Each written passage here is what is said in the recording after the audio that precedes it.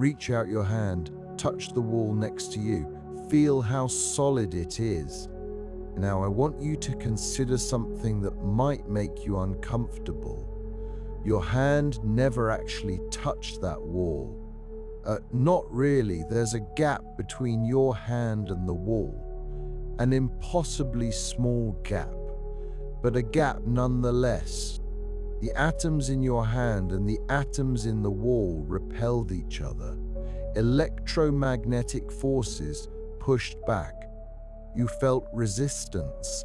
You interpreted that as touching, but no physical contact was ever made.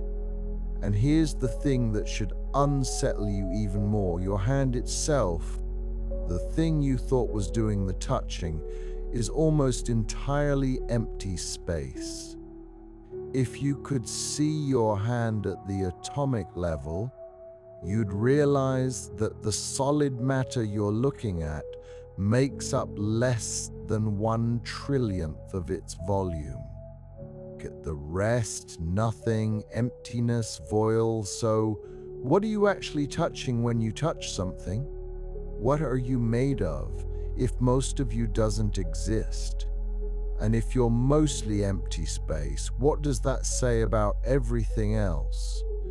The chair you're sitting on, the ground beneath your feet, the entire planet, the universe itself. How much of reality is actually real? And how much is just nothing pretending to be something? That's what we're here to explore. Not the space between stars, everyone knows that's empty, but the space between atoms, between particles, between the smallest pieces of matter we know. Because it turns out emptiness isn't just out there in the cosmos, it's right here in you, in everything.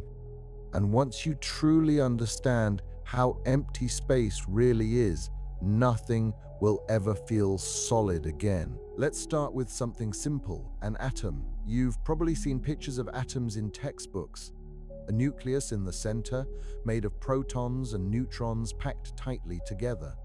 Electrons orbiting around it like planets around a sun. That image is wrong, not completely wrong, but misleading enough that it creates a fundamentally incorrect understanding of what matter actually is. First, electrons don't orbit. They don't travel in neat circular paths like planets. They exist in probability clouds, regions where they're likely to be found.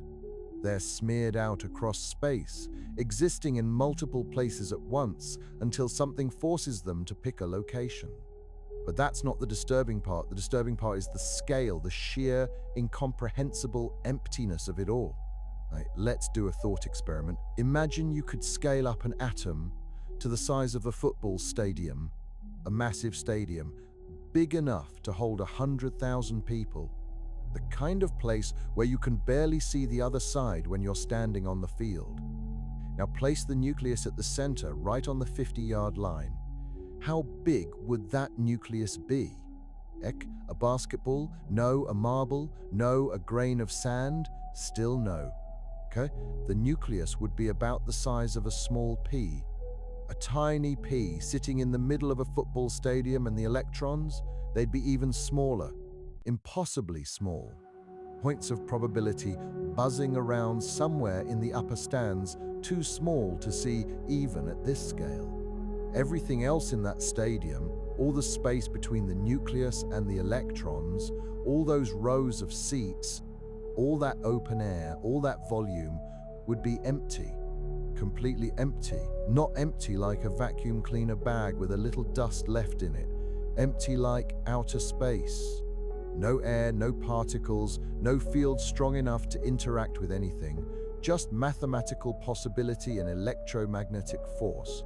Think about that for a moment.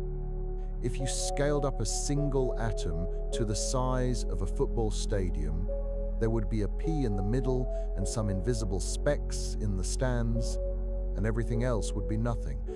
Okay. That's kapramin distaveri b matim 4 pv.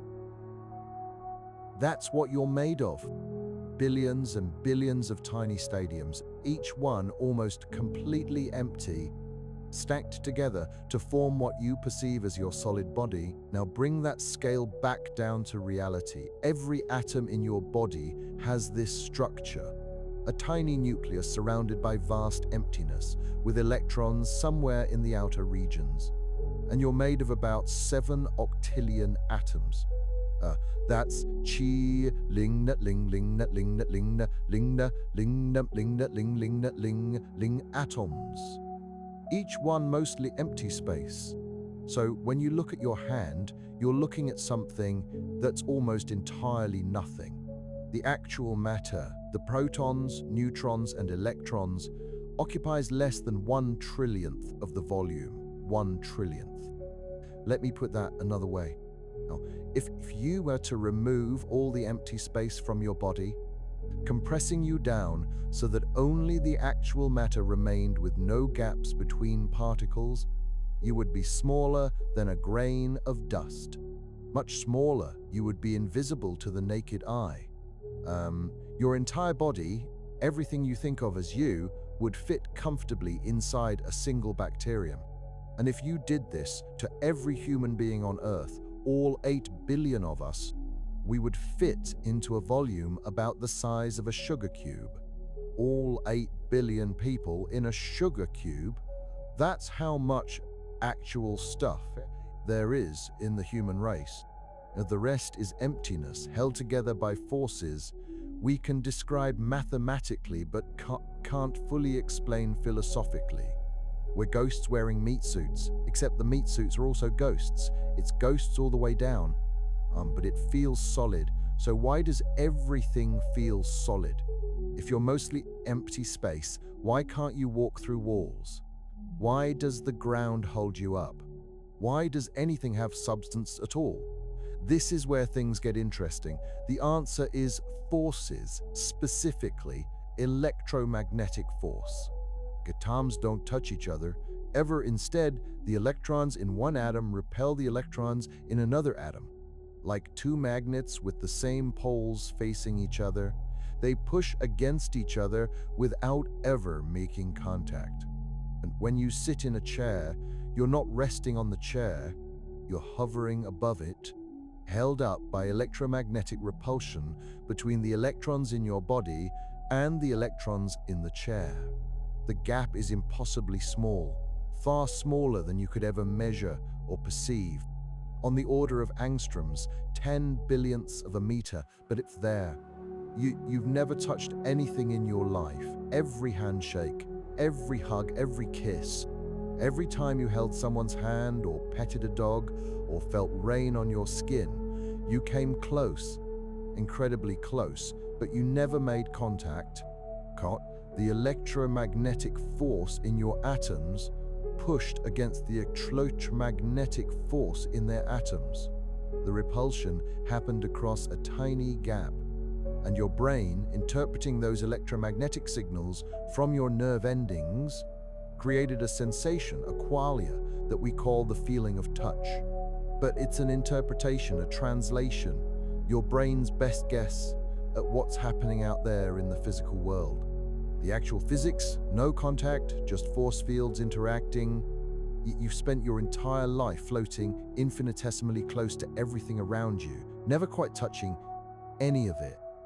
Every surface you've ever walked on was slightly beneath your feet.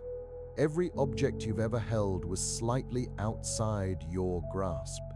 Every person you've ever embraced was always technically at a distance. It's a useful illusion, a necessary illusion. Your brain evolved to perceive solidity because that's helpful for survival. An animal that doesn't perceive the ground as solid won't last long, but it's an illusion nonetheless. The Pauli Exclusion Principle, there's another reason things don't pass through each other, and it's even stranger. It's called the Pauli Exclusion Principle, named after physicist Wolfgang Pauli.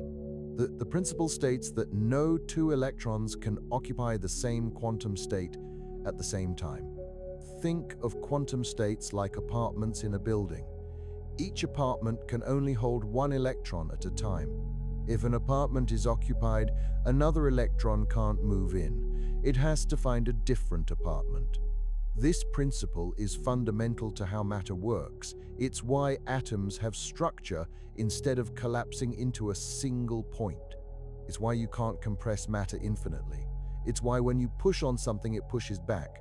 Chen, the electrons in your hand can't occupy the same space as the electrons in the wall because the Pauli Exclusion Principle forbids it.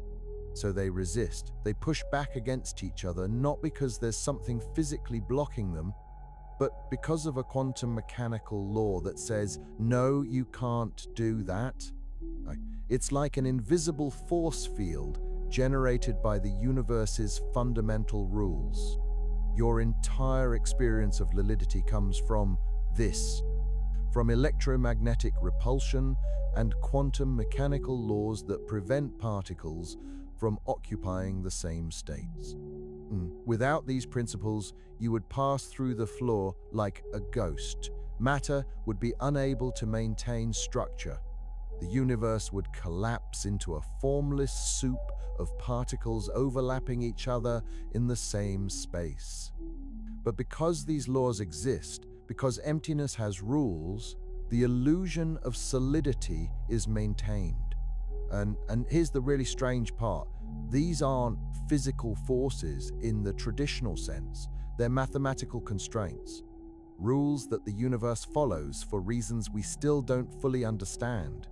The universe plays by certain rules. And one of those rules is empty space must remain empty in very specific ways. Then the quantum foam. Now let's go even deeper because it gets stranger. You might think that the empty space inside an atom is truly empty, a perfect vacuum, nothing there at all. But that's not quite right either. At the quantum level, even empty space isn't really empty. It's seething with activity. Virtual particles pop in and out of existence constantly. Particle-antiparticle pairs that exist for the briefest instant before annihilating each other. They borrow energy from the vacuum itself, exist for a tiny fraction of a second, and then disappear, paying the energy back. This is called quantum foam or the quantum vacuum or zero-point energy, and it's everywhere. In the space between atoms, in the space between subatomic particles, in the space between galaxies, in the space between your thoughts right now. Even in the emptiest, most perfect vacuum you could create, there would still be this quantum activity, this constant bubbling of particles appearing and disappearing. We know this happens because we can measure its effects. The Casimir effect, for instance. If you place two metal plates very close together in a vacuum, they'll be pushed together by a tiny force. This force comes from the There are fewer virtual particles between the plates than outside them, creating a pressure difference. It's measurable. It's real. It's been confirmed in laboratories around the world. Empty space has structure. It has properties. It has energy. It's not nothing. It's something we don't fully understand yet, pretending to be nothing. Or maybe it's nothing pretending to be something. The line gets blurry at this scale. There's a famous calculation called the vacuum catastrophe. When physicists tried to calculate how much energy should be in the quantum vacuum based on quantum field theory, they get a number that's about sure Ebite arses times larger than what we actually observe. That's a one with Ebat Erzeros after it. It's possibly the worst prediction in the history of science. Something is going on with empty space that we fundamentally don't understand. The math says it should be incredibly energetic. Observation says it's mostly calm. The discrepancy is so enormous that it suggests we're missing something fundamental about the nature of reality. Empty space is not empty, but it's also not as full as our equations say it should be. It's something in between. something we haven't figured out yet, the emptiness between cells. Now let's zoom back out a bit and look at the larger scale. Your body is made of cells, about 37 trillion of them. Each cell is separated from its neighbors by a small gap. Cell membranes don't touch. They communicate through chemical signals, passing molecules back and forth across tiny spaces. Inside each cell, there's even more emptiness. The cytoplasm, the gel-like substance inside cells, is about bifided tissues water. But even water molecules are mostly empty space. And between those water molecules, there's more space. Your organelles, mitochondria, ribosomes, the endoplasmic reticulum float in this cytoplasm like islands in an ocean. They don't touch each other, they maintain separation. Your organs are separated by spaces filled with fluid. Your bones are separated by joints filled with synovial fluid. Your muscles are bundles of fibers with gaps between them filled with blood vessels and connective tissue. Your brain, the organ reading and understanding these words right now, is soft and squishy, precisely because it's full of fluid-filled spaces. The neurons don't touch each other, they communicate across gaps called synapses. Every thought you have involves electrical signals jumping across these synapses, traveling through mostly empty atoms in mostly empty cells. At every scale separation, at every level emptiness, you're not a solid object.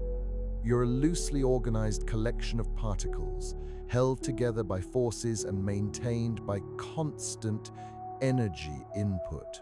Stop eating for a few weeks, and that structure starts to break down. The organization fails. The pattern disperses.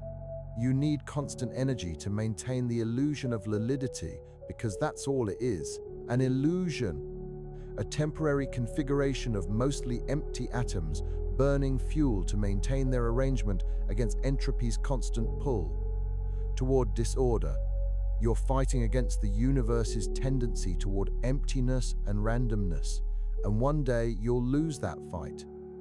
The pattern will dissolve, the organization will collapse, the emptiness inside you will merge with the emptiness around you. But not yet. For now, the pattern holds. The scale of planetary emptiness. Let's zoom out even further. Earth feels solid, it feels massive, it feels substantial, stand on the ground, jump up and down. It doesn't give, it doesn't compress, it holds you up with what seems like absolute certainty. But most of Earth is empty space too, not in the sense of underground caverns or hollow regions, but in the sense that the atoms making up Earth are themselves mostly empty. If you could remove all the empty space from Earth's atoms, if you could compress it down to just the actual matter with no gaps, Earth would be about the size of a large marble. Imagine that, the entire planet, all the continents, all the oceans, all the mountains and valleys and forests and cities, all 7 billion humans and countless other life forms, all compressed down to a marble you could hold in your hand. A marble with the same mass as the current Earth, incredibly dense, unimaginably dense. That marble would be so dense that a single teaspoon of it would weigh about 50 billion tons. Yeah, that's roughly what neutron star material is like. Matter compressed so tightly that the atoms have collapsed. The electrons have been crushed into the protons, forming neutrons. And those neutrons are packed together with essentially no space between them. That's what matter looks like when you remove the emptiness. When you take away the electromagnetic forces holding atoms at a distance, when you overcome the Pauli Exclusion Principle through sheer gravitational force, neutron stars exist. They're real objects in the universe, remnants of massive stars that exploded as supernovas and then collapsed under their own gravity. A neutron star is what you get when you compress about, idiot C. to solar masses of matter into a sphere about 20 kilometers across. Oh, all that matter, all those atoms crushed together with no empty space. And that's what Earth would become if you could somehow eliminate the emptiness. But under normal conditions, here on Earth's surface, atoms maintain their structure. They keep their empty space. They stay puffed up, if you will, like tiny balloons held apart by electromagnetic force. And so Earth remains planet-sized instead of marble-sized. But the emptiness is still there, in every rock, every ocean, every mountain, every grain of sand, mostly nothing, held together by forces, maintained by the properties of matter at the quantum level. The ground beneath your feet is holding you up, not because it's solid, but because the electrons in its atoms are repelling the electrons in your atoms, and because the Pauli Exclusion Principle says those electrons can't occupy the same space. You're being held up by mathematical rules and force fields, not by substance. Mine's the human perspective on density. Here's something most people never think about. We live at a very specific density, not too sparse, not too compressed, a density where atoms maintain their structure, where electromagnetic forces can operate, where chemistry can happen. If you go to lower densities, you get gases, then plasma, then individual atoms scattered across space, then nothing but occasional particles and radiation. If you go to higher densities, you get solids, then compressed matter, then collapsed matter like white dwarfs and neutron stars, then black holes, where matter is compressed to infinite density at a point. We exist in a narrow band of density where life is possible, where water can be liquid, where organic molecules can form, where chemical reactions can proceed at reasonable rates. Go too empty and there's nothing to react with. Go too dense and nothing can move. We're in the Goldilocks zone of emptiness, not too empty, not too full, just right for consciousness to emerge. And even in this just right zone, we're still mostly empty space. Even at the density optimal for life, matter is overwhelmingly nothing. It makes you wonder what other forms of existence might be possible at different densities. At much lower densities, could there be life in the space between galaxies? Conscious beings made of individual atoms scattered across light years, communicating through quantum entanglement or some other phenomenon we don't understand? At much higher densities, could there be life inside neutron stars? Patterns of neutrons that maintain themselves and process information, experiencing time differently than we do because of the intense gravity? We don't know, but we do know that at our density, at our scale, we're mostly emptiness, pretending to be something. Jam the space between worlds. Now let's leave Earth and look at the space around us. The distance from Earth to the Moon is about by kilometers. That seems like a lot, and it is, by human standards. The Moon is the farthest place any human has ever traveled. 12 astronauts walked on its surface between Durant. It took them 3 days to get there. But let's put it in perspective. If Earth were the size of a basketball, the Moon would be a tennis ball about 7 meters away. Not that far, really. You could walk that distance in about a minute. But the space between them? Almost completely empty. A few stray atoms from Earth's atmosphere that have drifted out that far. Some dust particles, radiation from the sun, but for the most part, nothing. True vacuum. The kind of emptiness that would kill you instantly if you were exposed to it. Your blood would boil. The air in your lungs would expand and rupture them.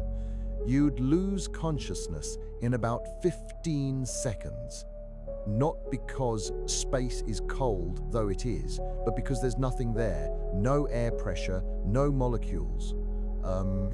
Just emptiness. Now let's go further. Earth to the sun, was million kilometers.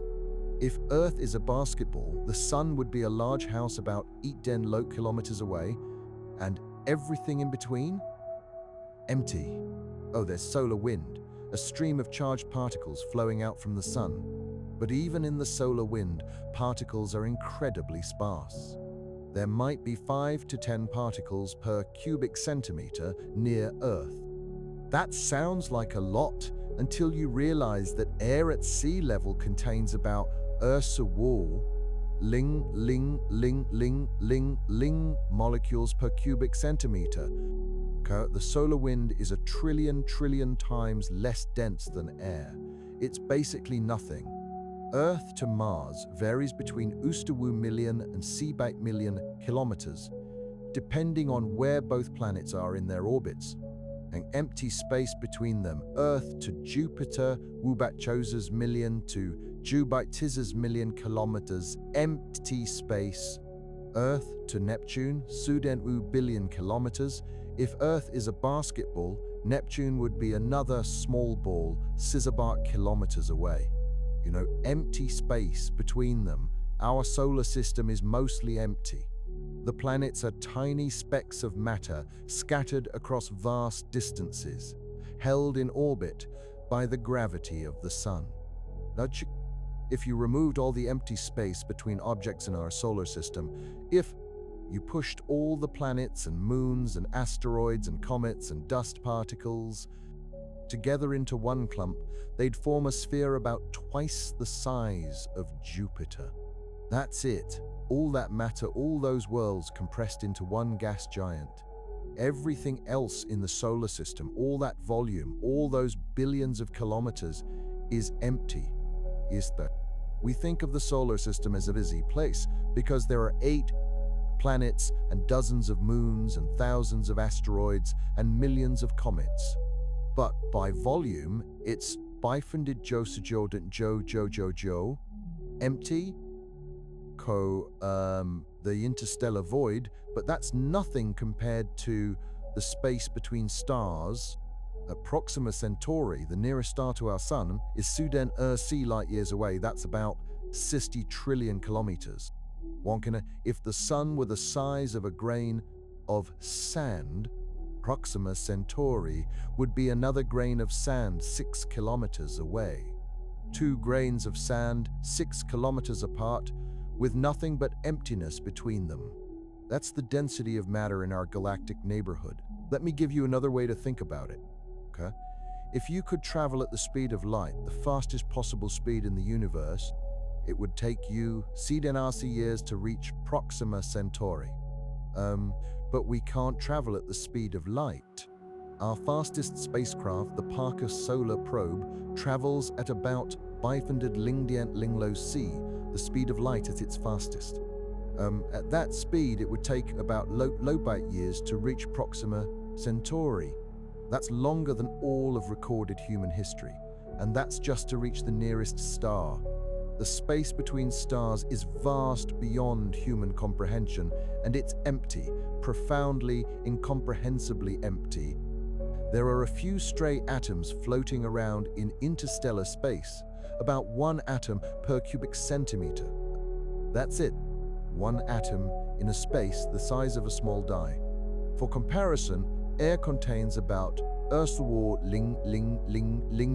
molecules per cubic centimeter. Interstellar space is quintillion times less dense than air. It's as close to true nothingness as anything we can observe. And it's not just between our sun and Proxima Centauri, it's between all the stars. Hundreds of billions of stars in our galaxy, all separated by these vast, empty gulfs. The Milky Way galaxy is about light years across. It contains somewhere between and billion stars. That sounds crowded. But if you calculate the average density, it works out to about 1 star per cubic light years. Imagine a cube, light years on each side. Inside that entire cube, there's 1 star, maybe a few planets, maybe some comets and asteroids, and the rest is empty. The galaxy is sparse, unimaginably sparse. And the space between stars isn't even the emptiest part of the universe. The intergalactic void, the space between galaxies is even more empty. The Milky Way and Andromeda, our nearest large galactic neighbor, are about 1.1 million light-years apart. If the Milky Way were the size of a dinner plate, Andromeda would be another dinner plate about 20 meters away. And the space between them? Nearly perfect vacuum. In intergalactic space, there might be 1 atom per cubic meter, not per cubic centimeter, per cubic meter, 1 atom in a space large enough to fit a washing machine. And remember, that atom itself is mostly empty space. So we're talking about a particle that's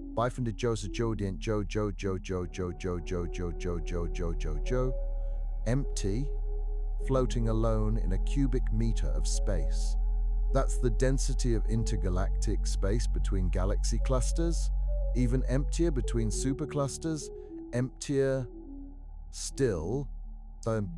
There are regions of space called voids, where the density of matter is so low that you could travel for hundreds of millions of light years without encountering a single galaxy. Hundreds of millions of light years. Imagine traveling at the speed of light for 100 million years and seeing nothing. No stars, no galaxies, no light, just infinite darkness in every direction. That's how empty most of the universe is. The largest known void is the Bootis void, discovered in Echenjulbite Bashar-E. It's roughly Sambite Sensors million light-years in diameter. It contains only about Lix's galaxies, where a region of that size would normally contain about our Ling galaxies. It's not completely empty, but it's close, and it's just one of many such voids scattered throughout the universe. The cosmic perspective. Here's a number that should make you deeply uncomfortable. The observable universe is about Josesan billion light-years across. It contains at least 2 trillion galaxies. Each galaxy contains hundreds of billions of stars. Many stars have multiple planets. That sounds like a lot of math. But if you calculate the average density of the universe, you get about 5 atoms per cubic meter. 5 atoms in a space the size of a large closet. That's the average density of everything. All the galaxies, all the stars, all the planets, all the dust, all the gas clouds, everything we can observe, averaged out across the total volume of space, gives you 5 atoms per cubic meter. The universe is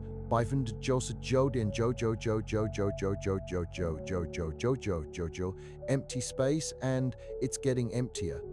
Because the universe is expanding, space itself is growing, the distance between galaxies is increasing. Not because galaxies are moving through space like ships through an ocean, but because space itself is stretching like dots drawn on a balloon that's being inflated. And as it stretches, the density goes down, the universe becomes less dense, more empty. The galaxies aren't getting smaller. They're held together by their own gravity. But the space between galaxies is expanding. Eventually, trillions of years from now, the expansion will have carried distant galaxies so far away that their light will never reach us. They'll pass beyond the cosmic horizon, the boundary of what we can ever observe, no matter how long we wait or how good our telescopes become. The universe will become a lonelier place, more isolated, more empty. Galaxies will be islands in an ever-expanding ocean of nothingness, drifting apart, each one eventually unable to see any of the others.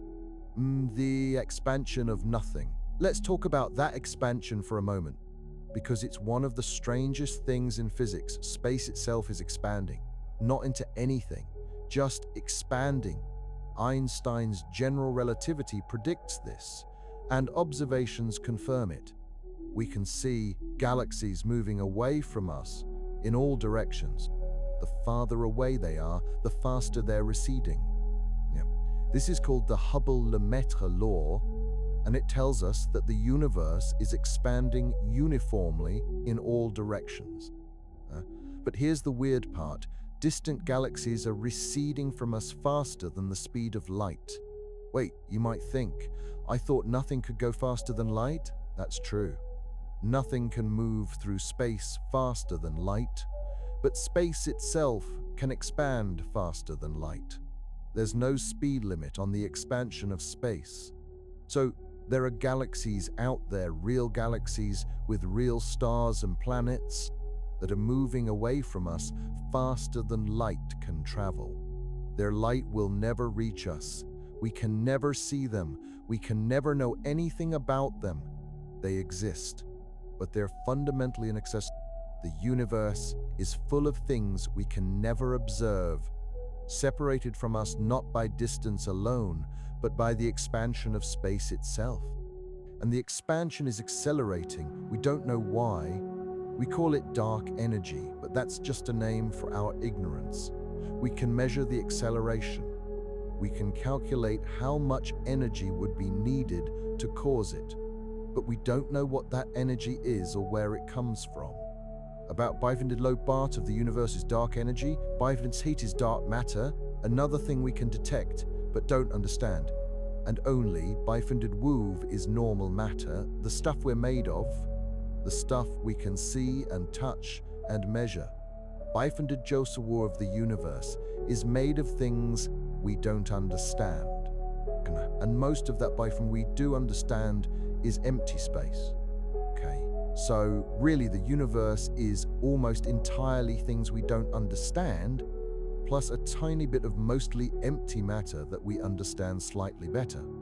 It's humbling. Why emptiness matters. So what? Why does it matter that most of the universe is empty space? Why should you care that you're mostly nothing? Because it changes everything. It changes how you think about validity, about substance, about what's real and what's not. The world feels solid. It feels substantial. It feels like there's something there, but now you know the truth. There's almost nothing there. You're held together by forces, not substance. You exist because of patterns, not particles, and those patterns are temporary. They require constant energy to maintain. They're fighting against entropy, against the universe's tendency toward disorder. One day, that fight will end. Your pattern will dissolve. The atoms that made you up will drift apart. The emptiness inside you will merge with the emptiness around you. And the universe will continue mostly empty, mostly dark, mostly indifferent to the brief flash of organization that was your life.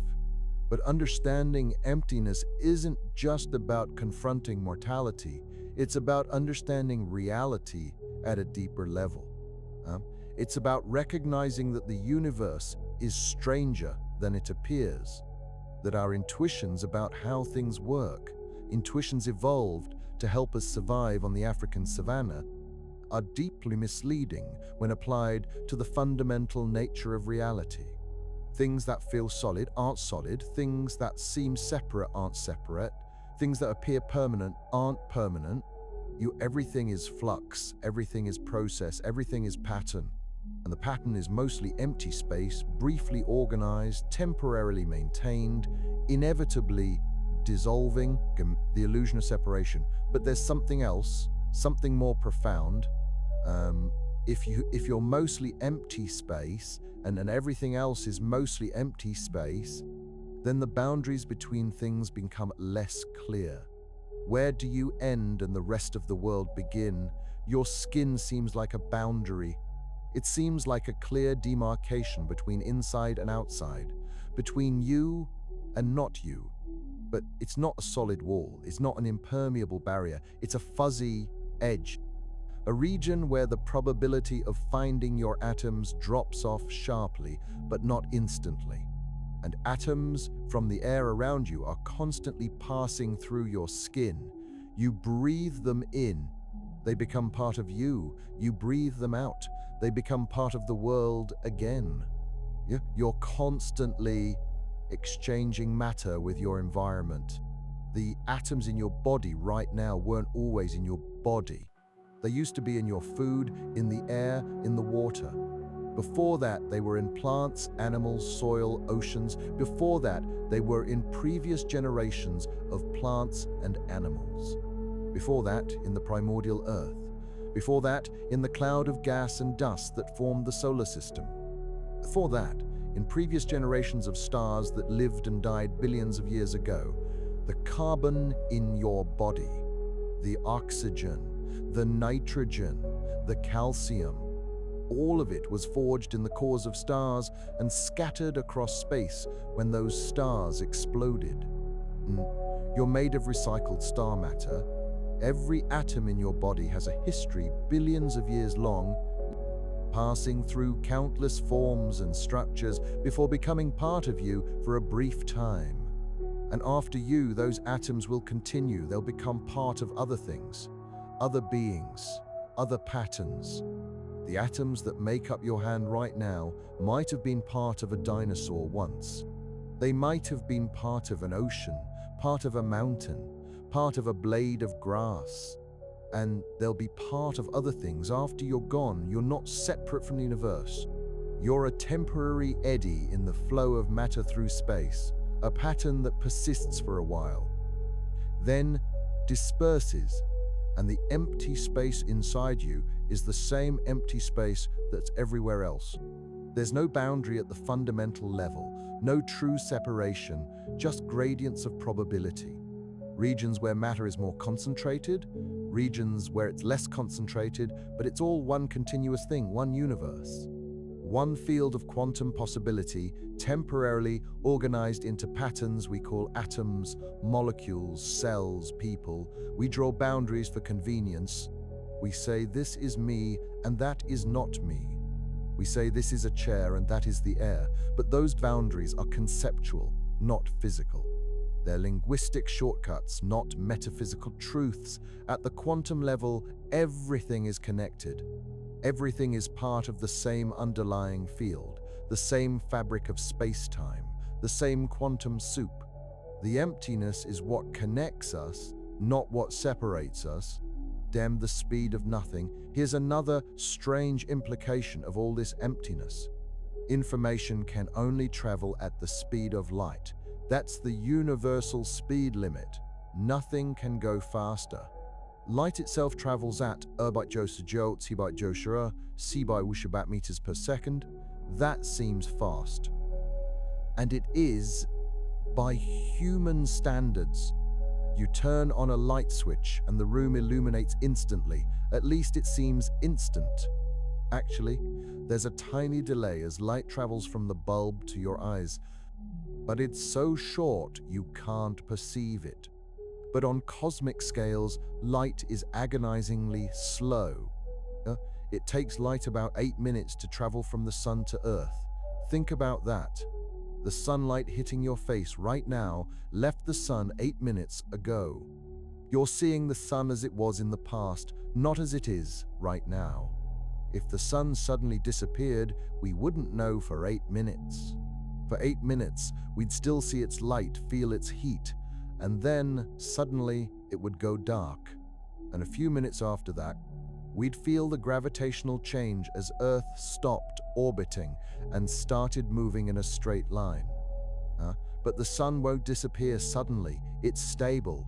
It's been burning for about billion years, and it has another 5 billion years to go. Still, the point stands. Light takes time to cross even relatively small distances.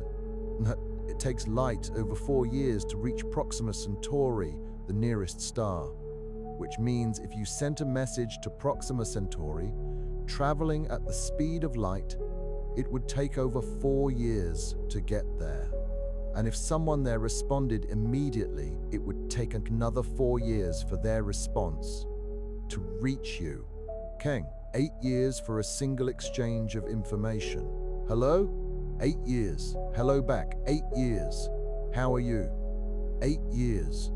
Fine, thanks. By the time you finished a short conversation, decades would have passed, and that's the nearest star. For more distant stars, the delays are even worse. Betelgeuse, a red supergiant star in the constellation Orion, is about Wubite Wuzza light years away. Yeah. If you looked at it through a telescope tonight, you'd be seeing light that left the star in the year Achen Sebite Tishawu, while the Renaissance was beginning in Europe. Before Columbus sailed to America, Betelgeuse might have exploded in a supernova since then. We wouldn't know. We won't see it happen until the light reaches us. The Andromeda Galaxy is 11 million light-years away. The light you see from Andromeda left when our human ancestors were just beginning to use stone tools. Homo habilis, before Homo erectus, before Homo sapiens, the universe is so large that light doesn't have time to cross it. At least not all of it. There are regions of space so far away that light from them will never reach us. The expansion of space carries them away faster than light can travel toward us. They exist, but we can never see them, never know them, never interact with them in any way. The emptiness has cut us off, not just spatially, but temporally. We're isolated not just by distance, but by time. The lonely universe, this has profound implications for the search for extraterrestrial life. The universe is probably full of life. Given its age, its size, the number of planets, it seems likely that life has emerged in many places. Maybe millions of planets in our galaxy alone have life, maybe thousands have intelligent life. Civilizations with technology, perhaps some more advanced than ours, but we've never met them, never heard from them, never seen any sign of them. This is called the Fermi paradox, named after physicist Enrico Fermi, who supposedly asked, "Where is everybody?" If intelligent life is common, where are all the aliens? There are many possible answers. Maybe intelligent life is incredibly rare. Maybe we're the only ones in our galaxy, possibly in our observable universe. Maybe civilizations destroy themselves before they can spread to the stars.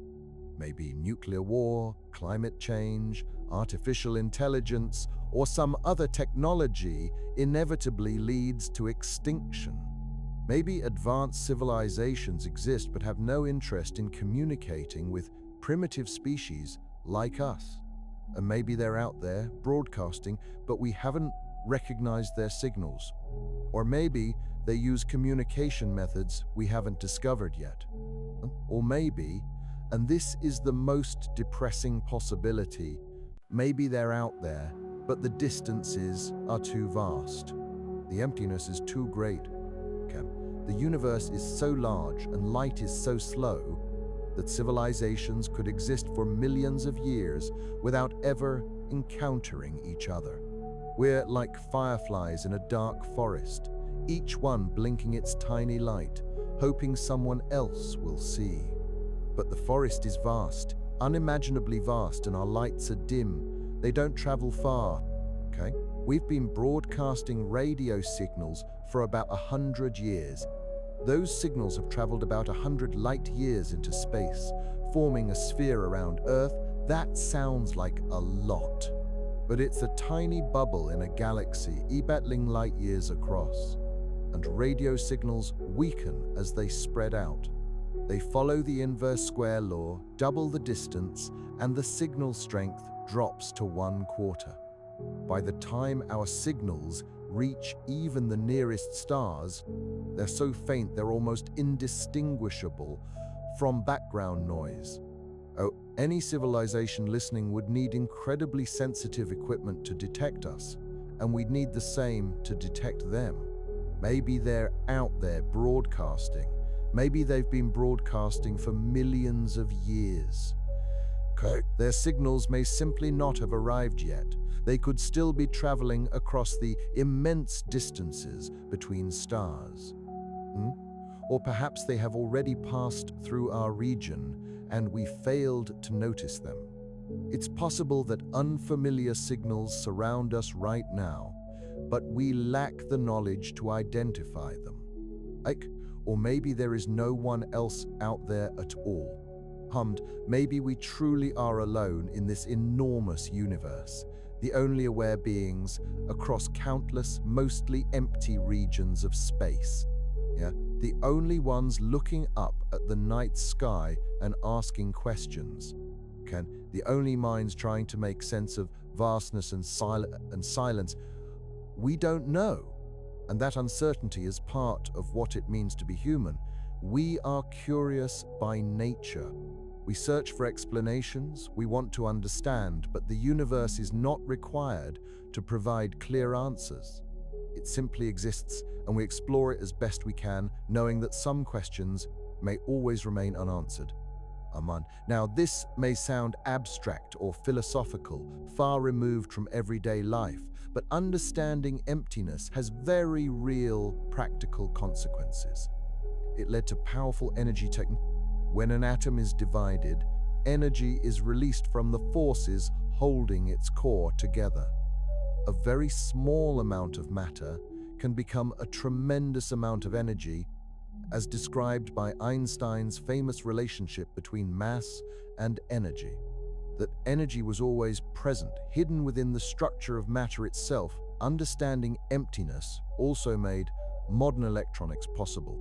Transistors work by guiding the movement of electrons through materials. The behavior of those electrons depends on the internal structure of atoms, on energy levels and probability patterns inside what is mostly empty space. So, your phone works because of this, your computer works because of this. The entire digital world exists because we learned how to understand and control what happens inside atoms.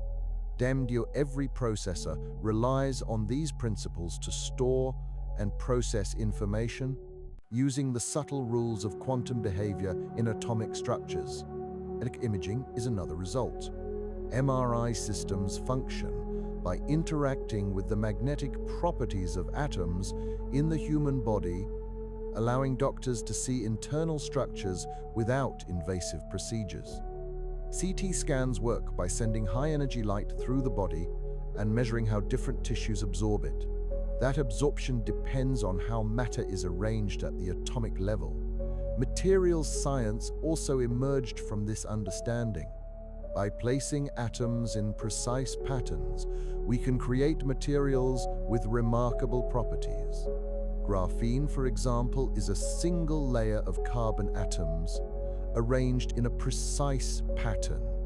It is incredibly thin, yet extremely strong because of how those atoms connect. Carbon nanotubes show similar behavior, offering exceptional strength and conductivity due to their atomic arrangement. Superconducting materials under specific conditions can carry electrical current with no resistance at all, thanks to quantum effects within their atomic structures.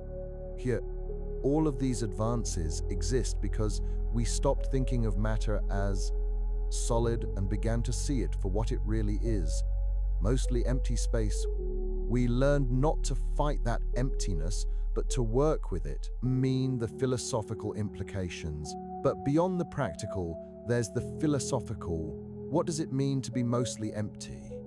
What does it mean that validity is an illusion? What does it mean that the boundaries between things are fuzzy and arbitrary? Some people find this depressing. If you're mostly nothing, does that mean you're not real? Not important? Not valuable? No. It means the opposite. It means that what makes you isn't the matter. It's the pattern, the arrangement, the information. You're not your atoms. Atoms are interchangeable.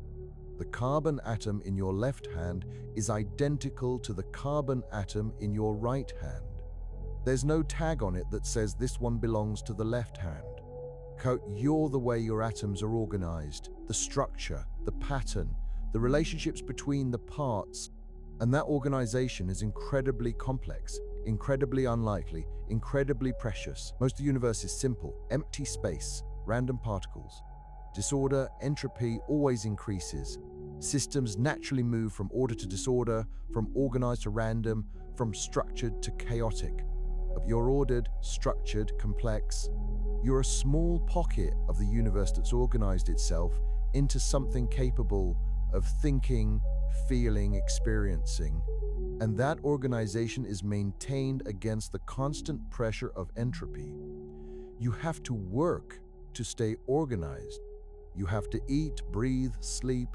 You have to take in energy and use it to maintain your structure. Stop eating and the organization starts to break down. Stop breathing and it breaks down faster. The pattern begins to dissolve. But while it lasts, while the pattern persists, you're one of the most complex things in the known universe.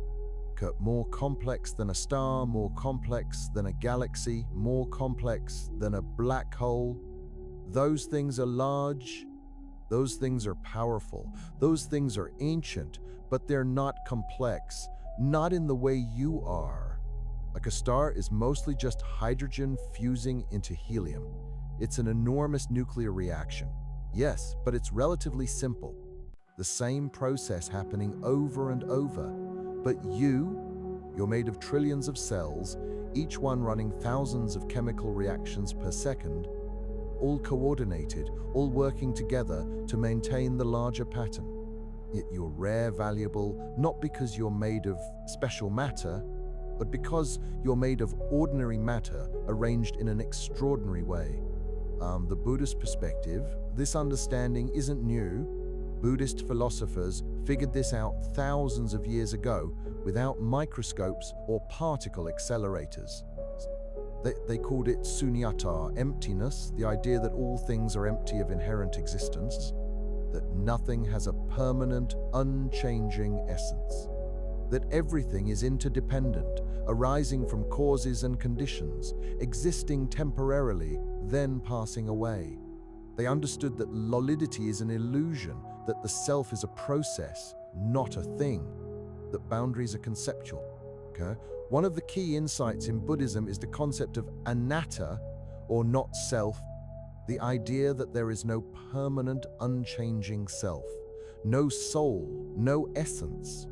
What we call the self is just a temporary collection of physical and mental processes. The body is constantly changing. Thoughts arise and pass away. Feelings come and go. There's no unchanging you underneath it all. Just patterns, just processes. This was considered a radical idea in ancient India, where most philosophical schools believed in an eternal, unchanging soul. But Buddhism said no. Look closely, really examine your experience. You'll find no unchanging self. Only change, only process. And modern physics confirms it. You're not a fixed thing, you're a pattern in flux. A temporary organization of mostly empty atoms that happen to be arranged in a way that creates the illusion of a persistent self. The ancient wisdom and modern science agree emptiness is fundamental, not emptiness as nihilism, not emptiness as meaninglessness, but emptiness as the nature of reality, the way things actually are, beneath our conceptual overlays and linguistic categories, monder the existential weight. But knowing this intellectually and feeling it viscerally are two different things. Right now, you're probably still sitting in a chair or lying in a bed, reading this. The surface still feels solid. Your body still feels substantial. The illusion persists even when you know it's an illusion, and that's okay. That's how your brain is built. It evolved to perceive validity because that's useful for survival.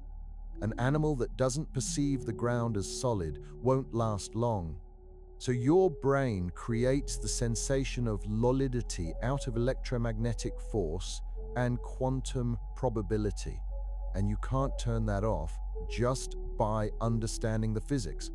Your brain will continue to construct the experience of a solid world, even when you know intellectually that it's mostly empty space. but you can hold both truths at once. The experiential truth, things feel solid. The physical truth, things are mostly empty. Both are valid, both are real. They exist at different levels of description. And living with that paradox, holding that tension, is part of what it means to be human.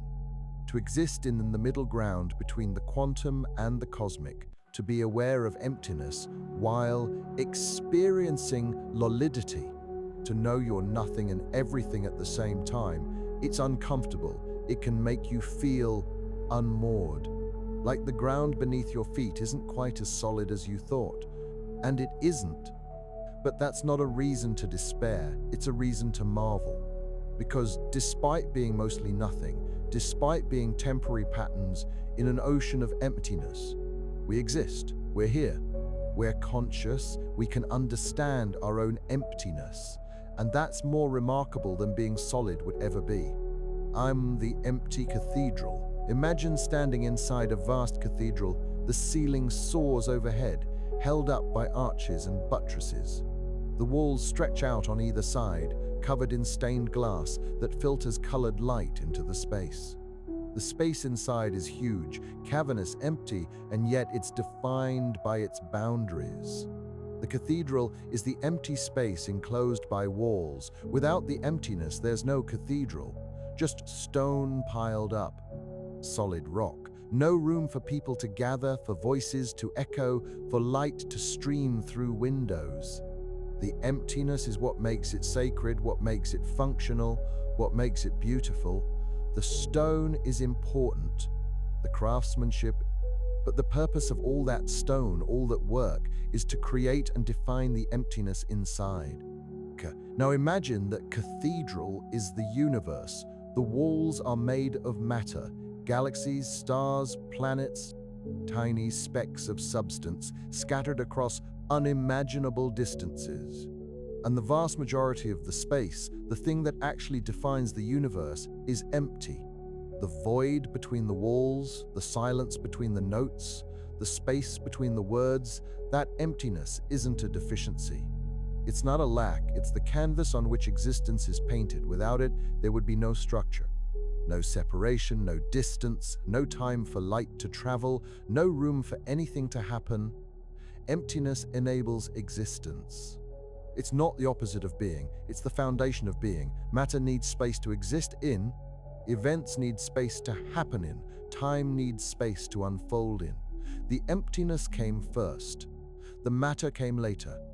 In the beginning, according to current cosmology, there was an infinitely dense point. All the matter and energy that would become our universe compressed into something smaller than an atom. And then it expanded not into emptiness. The expansion created emptiness. Space itself came into being. And as it expanded, it created more and more room, more and more emptiness. And matter spread out into that emptiness, carried along by the expansion. But the emptiness is what allowed the universe to exist, what allowed structure to form, what allowed time to pass.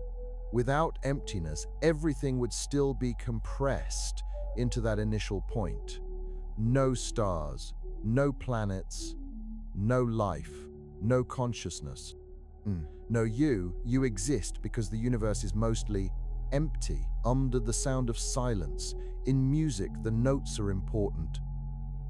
They carry the melody, they create harmony, they express emotion, but so are the silences between them. Without silence, there's no rhythm, no phrasing, no structure, just continuous noise.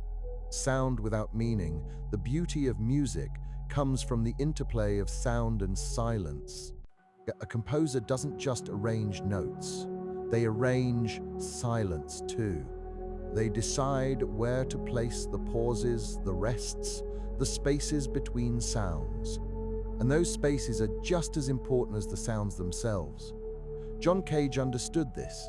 He wrote a famous piece called San, in which the performer sits at the piano for 4 minutes and 33 seconds without playing a single note.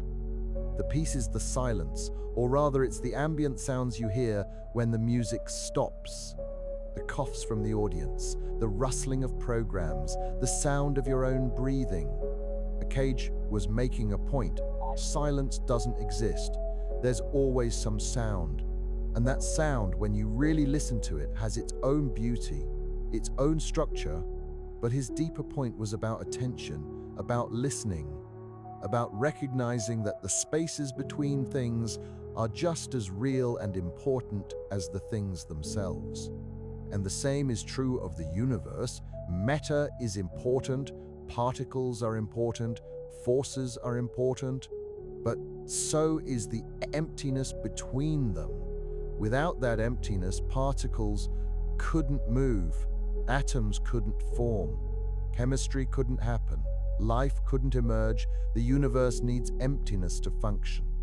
Not as a flaw or imperfection, but as a fundamental feature. Emptiness is what allows for change, for motion, for time.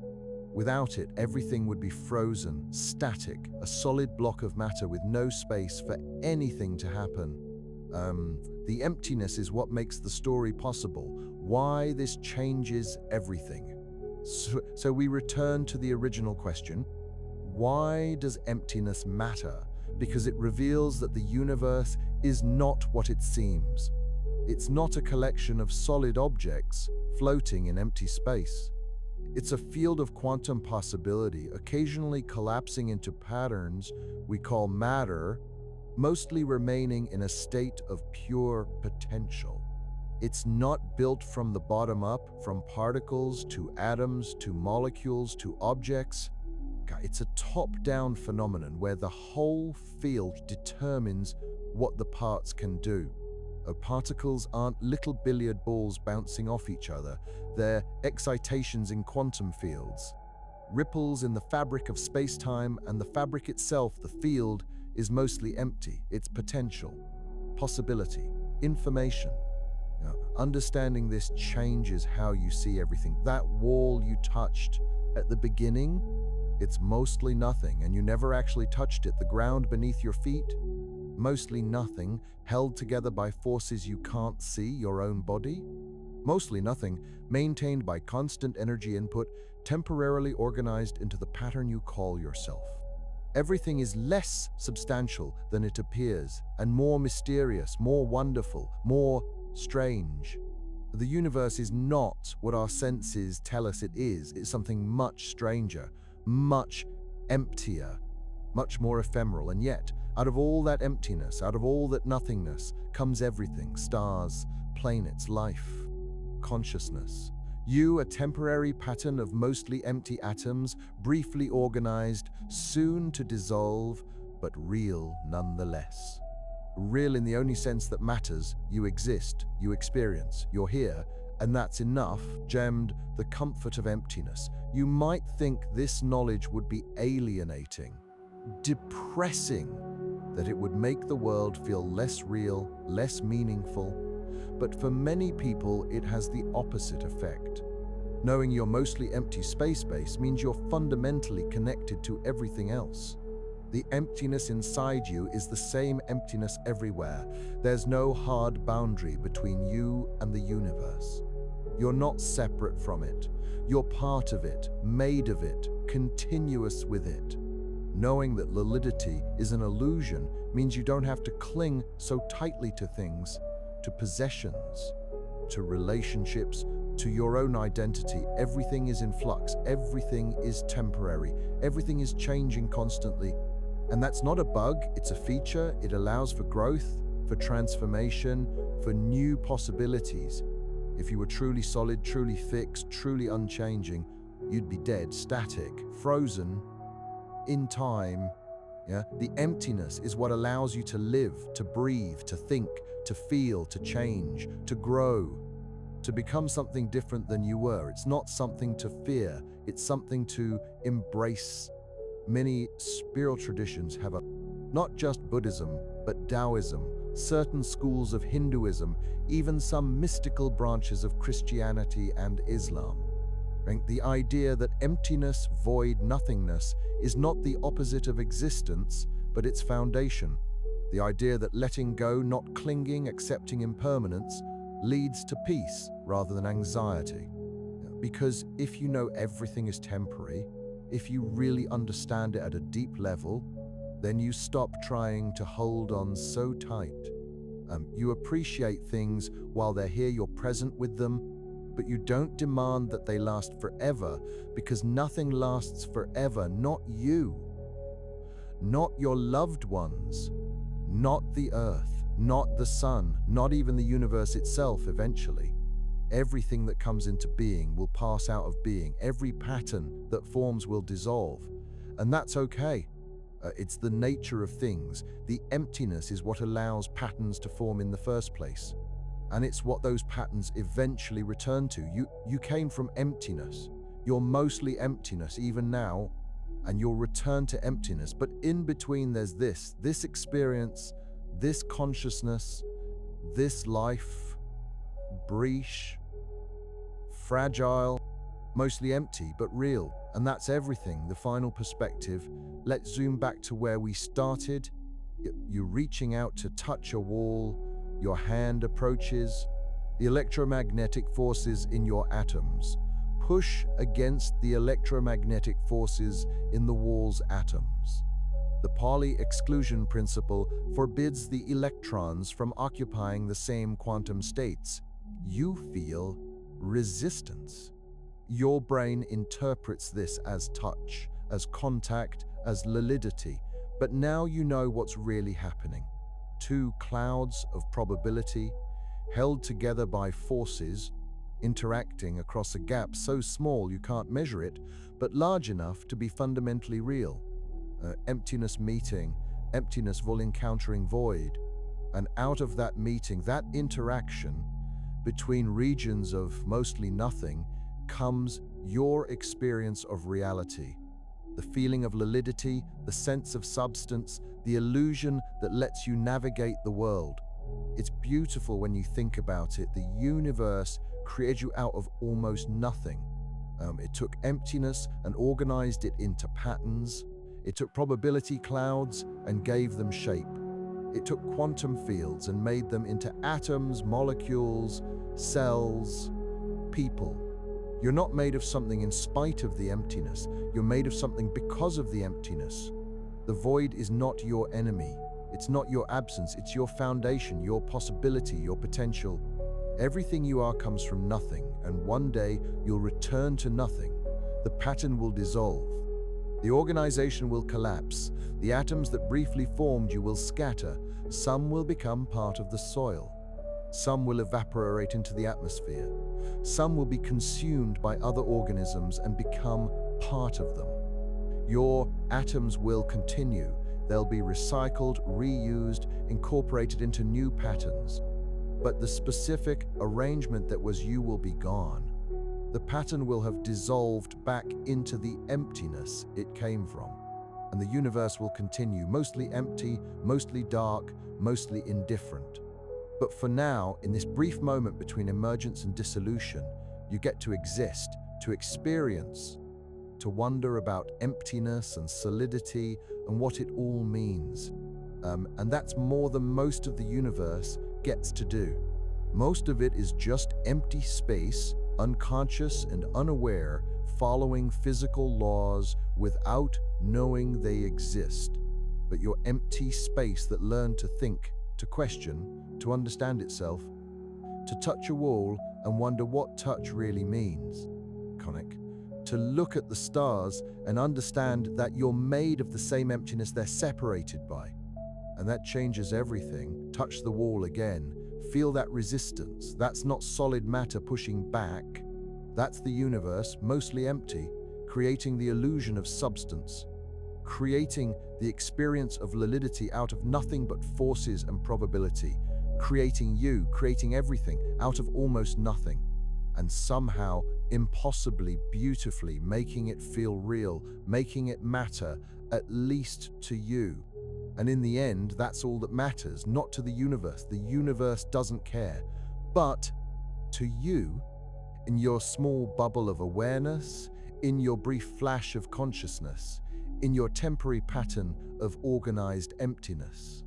You matter, you're real, you're here, and you're made of nothing, just like everything else.